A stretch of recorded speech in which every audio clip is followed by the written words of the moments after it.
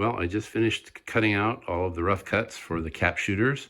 These are the caps off of those pouches on applesauce, etc. And I have all the pieces cut out.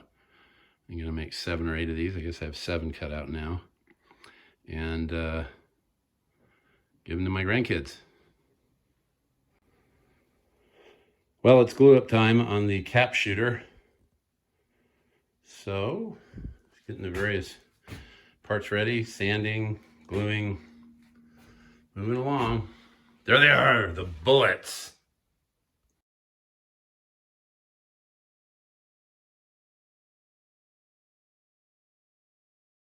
This is a fun project because it was for my 6 grandsons who I love so much. I hope I don't shoot anybody's eye out. Let's see if I can demo one. Let's see here. I'm trying to do this at the same time. Ready, aim.